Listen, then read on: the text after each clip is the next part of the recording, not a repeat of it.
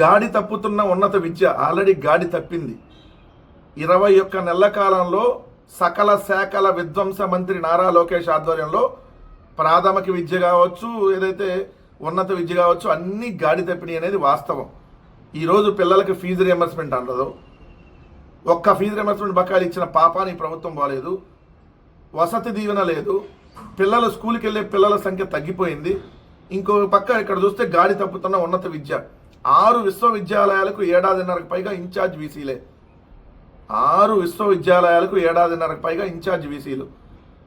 RGUKT VC డైరెక్టర్లు రాజీనామా చేసిన వారే కొనసాగింపు. వైకాపా సర్కారులో నియమించిన ఈసీలతోనే నెట్టుకొస్తున్న వైనం. రాష్ట్రంలో ఉన్నత విద్య గాడి తప్పింది. పర్యవేక్షణ కొరవటంతో కీలక నియామకాల్లో తీవ్ర జాప్యం జరుగుతుంది. ఉన్నత విద్య ఎవరికి పట్టనట్టు తయారైందని విమర్శలు వ్యక్తమవుతున్నాయి. కొన్ని విశ్వవిద్యాలయ వైస్ ఛాన్సలర్లు, పాలక వర్గాల మార్పు, IIIT డైరెక్టర్లు, వర్సిటీల్లో అధ్యాపక పోస్టుల భర్తీ వంటివి ఇప్పటికే కొలిక్కి రాలేదు. కూటమి ప్రభుత్వం అధికారంలోకి వచ్చిన కొత్తలో 17 విశ్వవిద్యాలయ వీసీలు స్వచ్ఛందంగా రాజీనామా చేశారు. ఇది పెద్ద తప్పు. వాళ్ళని బలవంతంగా రాజీనామాలు చేయించారు. తెలుగుదేశం పార్టీ గోండాలను పంపించి మరి. ఎంత దౌర్భాగ్యమైనటువంటి ప్రభుత్వం అని ఎప్పుడు చూడాల. విశ్వవిద్యాలయాల్లోకి తెలుగుదేశం పార్టీ గోండాలను పంపించి వైస్ ఛాన్సలర్ల చేత రాజీనామాలు చేయించినటువంటి దిక్కుమాలిన దుర్మార్గమైనటువంటి ప్రభుత్వం ఉంటే ఇది కూటమి ప్రభుత్వం. అది రాయాల్సిందే. దాని తర్వాత వీసీలు, ఇందులో 9 వర్షాలు గత ఏడాది ఫిబ్రవరిలో ప్రభుత్వం వీసీలు నియమించింది. యోగవేమన విశ్వవిద్యాలయం వీసీగా నియమితులైన పనితి ప్రకాష్ బాబు కేంద్రీయ విశ్వవిద్యాలయం వీసీగా అవకాశం రావడంతో రాజీనామా చేసి వెళ్ళిపోయారు. మిగతా 9 5 వీసీ పోస్టులు గత ఏడాది అక్టోబర్లో భర్తీ చేశారు. ఇందులో ఆచార్య నాగార్జున యూనివర్సిటీ వీసీగా నియమితులైన వెంకట సత్యనారాయణ రాజు సామంతపూడి ఇంతవరకు విధుల్లో చేరలేదు. ఏంది, గత ఏడాది అక్టోబర్లో పోస్ట్ ఇస్తే ఇప్పుడు వరకు విధుల్లో చేరలేదంట. గొప్ప ప్రభుత్వం గొప్పగా నడుపుతుందయ్యా. ఎంతకంటే దిక్కుమాలితనం ఏమైనా ఉందా? చెప్పుకోవటానికి సిగ్గనా లేదు? ఏమైనా నారా లోకేష్ నువ్వు క్రికెట్ చూడటానికి బిజీ, పక్క దేశాలకు వెళ్ళి లేదా పక్క రాష్ట్రాలకు వెళ్ళి క్రికెట్ చూడటానికి బిజీ. ఇక్కడ మాత్రం ఉన్నత విద్యాశాఖ, అన్ని విద్యాశాఖలు నువ్వే కదా దిక్కుమాలితనం మంత్రివి.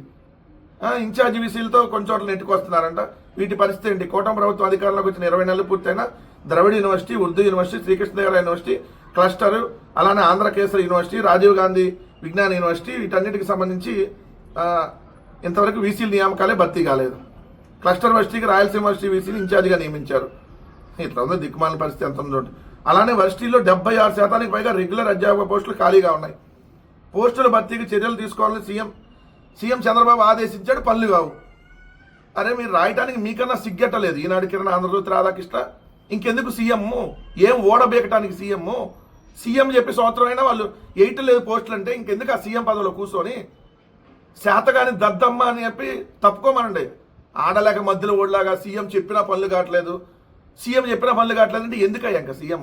ఏ గుడ్డిగాడికి ఏం తోవుకోవడానికి అక్కడ కూర్చొని యూనివర్సిటీలకి వీసీలు వేయలేరు, ఉన్నటువంటి అధ్యాపక పోస్టులు ఖాళీ పోస్టులు భర్తీ చేయలేరు, పిల్లలకు ఫీజు రియంబర్స్మెంట్ ఎవరు, వాళ్ళ చదువులు అయిపోయిన సర్టిఫికెట్లు ఎవరు?